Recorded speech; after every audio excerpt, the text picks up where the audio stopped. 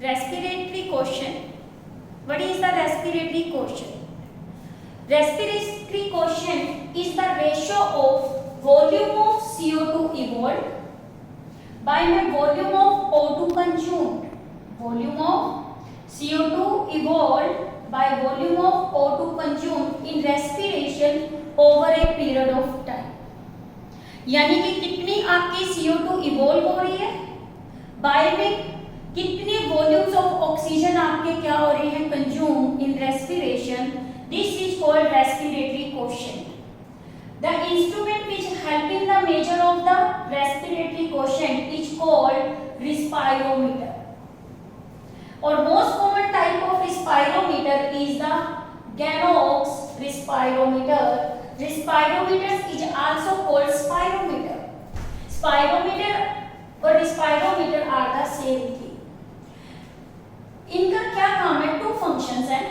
First तो ये rate of respiration को मेजर करते हैं कि एक मिनट में कितने टाइम्स ऑफ रेस्पिरेशन हो रही है. सेकंड ये क्या करते हैं, आरक्यू वैल्यू को क्या करते हैं, मेजर करते हैं. These are the two function of the respirometer. Now what is the value of the RQ value? RQ value very 0 to infinity. ये डिपेंड्स किस पे करता है? It depends upon respiratory substrate. जैसे कि रेस्पिरेटरी सबस्ट्रेट में आपको पता है कार्बोहाइड्रेट, प्रोटीन, फैट हम सब डाइट में लेते हैं. और रेस्पिरेटरी RQ वैल्यू है जो वो क्या हो जाती है, change depending upon respiratory substrate. और इसकी वैल्यू की रेंज जो बताई वो आपको 0 से कहां तक बताई, इंफिनिटी तक. सबसे पहले आता है आरक्यू की वैल्यू 0 कब होती है? आरक्यू की वैल्यू 0 होती है सक्यूलेंट्स के केस में. अब सक्यूलेंट्स क्या होते हैं, डेजर्ट्स प्लांट, और जिसके अंदर हमारे आते हैं ऑर्चिड्स, कैक्टस प्लांट, जिनमें रात के टाइम तो स्टोमेटा क्या होते हैं, ओपन होते हैं, और दिन के टाइम स्टोमेटा क्या हो जाते हैं, क्लोज. ये डेजर्ट्स प्लांट है क्योंकि डेजर्ट प्लांट्स में पानी कम होता है, इसीलिए स्टोमा डे टाइम में ओपन नहीं होते, वो कब होते हैं, रात को. और इसमें क्या होता है, CO2 इवॉल्व नहीं होती, इसी CO2 को वो यूज कर लेते हैं कार्बन फिक्सेशन में. किसमें यूज कर लेते हैं, कार्बन फिक्सेशन में. अब देखो सबसे पहले ग्लूकोज है, ग्लूकोज के साथ O2 रिएक्ट हुई तो यहाँ क्या बन गया, मैलिक एसिड. और इस केस के अंदर वाटर की फॉर्मेशन हुई है, O2 कंज्यूम हो रहा है बट CO2 की कोई फॉर्मेशन नहीं हो रही. तो RQ वैल्यू 0 है, आपका क्या हो गया 3. तो यानी कि वैल्यू कितनी हो गई, 0. यानी सक्यूलेंट्स के अंदर एक कार्बोहाइड्रेट वो कन्वर्ट किस में होता है, एसिड में, और इस केस में इसकी वैल्यू कितनी होती है, 0. सेकंड हम करें लेस देन 0 या लेस देन 1 यानी मोर देन 0.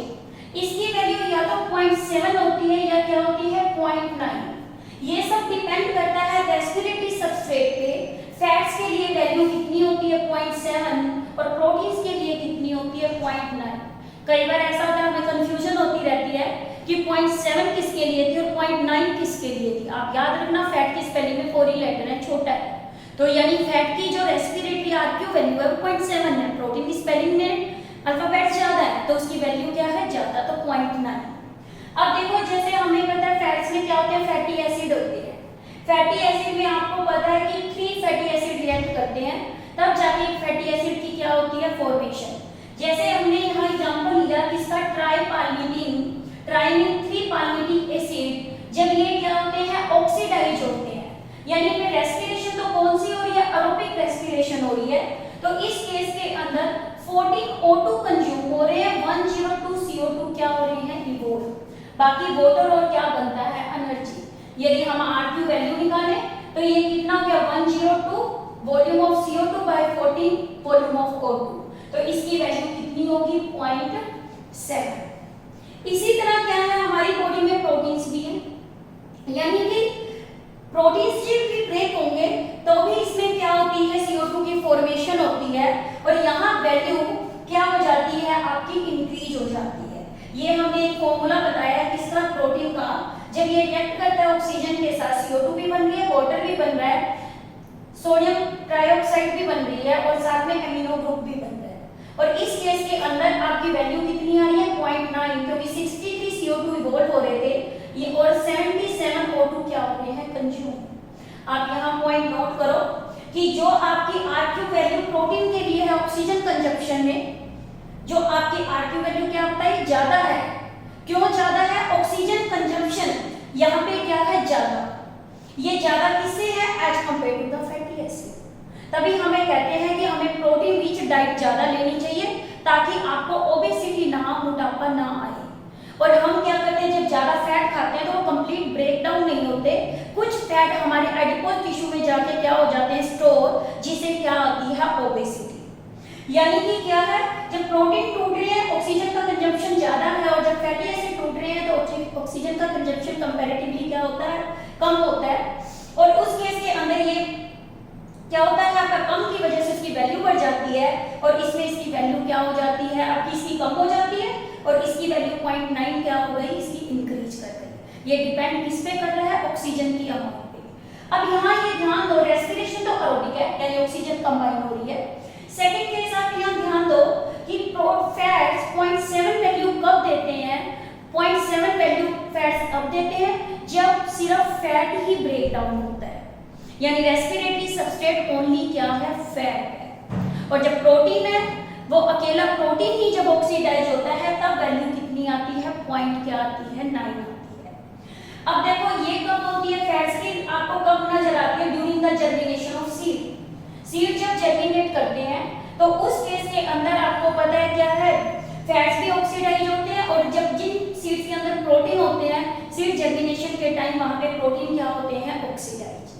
बट आपको पता है हमारी बॉडी में जो मोस्ट कॉमन रेस्पिरेटरी सबस्ट्रेट है वो कौन है, कार्बोहाइड्रेट। कार्बोहाइड्रेट की रिएक्शन आप बार-बार लिखते हो रेस्पिरेशन के अंदर, इसमें आप 6O2 देते हो और 6CO2 क्या हो जाता है, बाहर। इसीलिए इसकी वैल्यू यहाँ पे कितनी होती है, 1 होती है, यानी 6CO2 evolve bye 6O2 consume, तो वैल्यू कितनी होगी, 1, यानी कार्बोहाइड्रेट के लिए इसकी वैल्यू कितनी है, 1। क्या बताया, 0 सब्स्टिट्यूएंट्स के लिए 0.7, किसके लिए बताया, फैट्स के लिए, प्रोटीन्स के लिए 0.9 और कार्बोहाइड्रेट के लिए 1। बट जब हम क्या करते हैं, फूड खा रहे हैं, हमारे एक रेस्पिरेटरी सबस्ट्रेट नहीं जाता, नंबर ऑफ रेस्पिरेटरी सबस्ट्रेट जाते हैं, जैसे इसमें कार्बोहाइड्रेट भी जाते हैं, प्रोटीन्स भी जाते हैं, और साथ में क्या जाते हैं, फैट्स भी जाते हैं। तो उस केस के अंदर हमारी ये क्या बन गई, मिक्स डाइट बन गई। मिक्स डाइट में आपको पता है क्या क्या चीजें आनी है, कार्बोहाइड्रेट्स भी आ रहे हैं, फैट्स भी आ रहे हैं, प्रोटीन्स और ये आ रहे हैं। तब इस केस के अंदर इसकी वैल्यू कितनी होती है, 0.85। This point is also noted to be very very important. Mix diet में इसकी वैल्यू कितनी होती है, 0.85। और ये मिक्स डाइट में दोनों तरह की रेस्पिरेशन में 0.85 बनती है। आपकी कौन सी, एक एरोबिक और एक कौन सी आपकी एनारोबिक, जिसमें दोनों ही होती है, एरोबिक रेस्पिरेशन भी होती है और कौन सी होती है, एनारोबिक। अब आती है value more than 1। More than value कब 1 आती है, देखो हम कार्बोहाइड्रेट भी कर चुके हैं, फैट्स भी कर चुके हैं, और प्रोटीन। अब आपको पता है प्रोटीन किसके बने होते हैं, अमीनो एसिड्स के बनते हैं। जब अमीनो एसिड में अमीनो ग्रुप रिमूव हो जाता है तो बच क्या जाते हैं, ऑर्गेनिक एसिड। जब हमारी बॉडी में ब्रेकडाउन होता है किसका, ऑर्गेनिक एसिड का, उस केस में इसकी वैल्यू क्या हो जाती है, मोर देन 1। जैसे हमने ये एग्जांपल लिया किसका, ऑक्सैलिक एसिड का। ऑक्सैलिक एसिड के अंदर जब इसका क्या हुआ, ब्रेकडाउन, एरोबिक रेस्पिरेशन हुई, तो इस केस के अंदर 4 CO2 बनते हैं, और 1 इसके अंदर आपका क्या है, O2 कंज्यूम्ड हो रहा है, तो इस केस में इसकी वैल्यू कितनी हो गई, 4 हो गई। एसिड के केस में इसकी वैल्यू कितनी होती है, मोर देन 1। अब आता है वैल्यू किसके लिए, इंफिनिटी के लिए। इंफिनिटी रेस्पिरेशन जो होती है उस टाइम में एरोबिक ना होके कैसी है, एनारोबिक।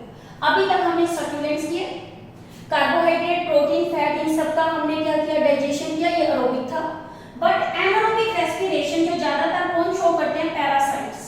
उस केस के अंदर आपको पता है ऑक्सीजन का कंजप्शन नहीं होता, ये आपकी अल्कोहलिक फर्मेंटेशन दिखा रखी है। ये कौन सी रेस्पिरेशन है, एनारोबिक। ये ग्लूकोज है, ग्लूकोज किसमें कन्वर्ट हो रहा है, अल्कोहल में।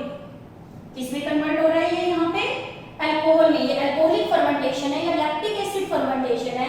ऑक्सीजन का कंजप्शन नहीं होता, बट इस केस में CO2 इवॉल्व होती है, और 2/0 किया तो इसकी वैल्यू कितनी आ गई, infinity. It means the value of the RQ value changes from 0 to infinity. This question is very very important, need point of also कि आपकी RQ वैल्यू किन किन फैक्टर्स पे डिपेंड करती है। ये रेस्पिरेटरी सबस्ट्रेट पे डिपेंड करती है, और टाइप ऑफ रेस्पिरेशन पे डिपेंड कर लिया एरोबिक है या एनारोबिक। अब आता है कि what is the significance of the RQ value. एक तो देखो आरक्यू वैल्यू से आपको नेचर पता चल रही है किसकी, रेस्पिरेटरी सबस्ट्रेट की। It tells about the nature of the respiratory substrate. Second, इससे हमें टाइप ऑफ रेस्पिरेशन भी पता चल रही है बीइंग परफॉर्म। कैसे आपको पता है कार्बोहाइड्रेट और फैट होते हैं तो रेस्पिरेशन कौन सी होती है, फ्लोटिंग। और जब प्रोटीन होते हैं तो उसे क्या बोलते हैं, प्रोटोप्लाज्मिक। ऑक्सीजन है तो एरोबिक, ऑक्सीजन नहीं है तो एनारोबिक। यानी ये टाइप ऑफ रेस्पिरेशन को भी हमें ये क्या कर रहा है, बता रहा है कौन सी परफॉर्म हो रही है।